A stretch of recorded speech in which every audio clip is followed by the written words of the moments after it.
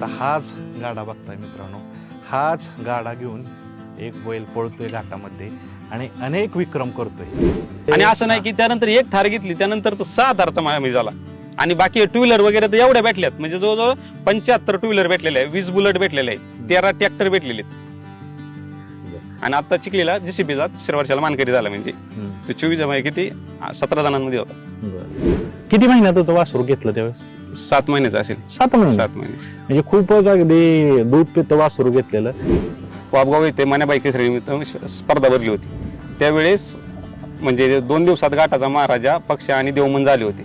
त्याच वेळेस तिथं म्हणजे आम्ही त्यावेळेस झाल्यानंतर आम्ही मनाबाईचं दर्शन घेण्यासाठी बैल तिथं नेला होता. त्याच वेळेस बाळनाना म्हणले होते की हा मनाच्या पावलं पाऊल ठेवून बैल पुढे चाललेला आहे आणि त्याची जाव म्हणजे हे भेटले आम्हाला. आणि बैल आतापर्यंत हे त्याचा आशीर्वाद. अहो बैल पळवण्यासाठी म्हणजे ट्रान्सपोर्ट म्हणा किंवा टोक सर्व लयच खर्च आहे. एवढा याच्या मागचा खर्च, कारण आता काय झाले सर्व म्हणजे मॉडिफाय झालेली. सर्व लोक नवीन पोर वगैरे काय नाश्ता वगैरे होत नाही, सर्व हॉटेल वगैरे एवढं करणं सोपं नाही. प्रत्येक एका गाठाला लय झालं तर 10 ते 15 हजार रुपये लोकांचा खर्च होतो. तर सोपं नाही, कारण आता पहिले बैल कशी होती, स्वतःची 4 बैल असायची, घरून एका गाडीत जायची. आता जर 4 गाड्या, एका गाड्याला जर 4 बैल टेम्पो असले तर 4 टेम्पोचा खर्च काढा ना किती होते बघा ना. पण त्या गाड्यांमाग आता असं झाले लोकांना 4 व्हीलर घेऊन गाठात येते. ह्यांचं कुटुंब पक्षाला नाही सांभाळत, पक्षा पूर्ण कुटुंब सांभाळतो. कुटुंब प्रमुख झाला मग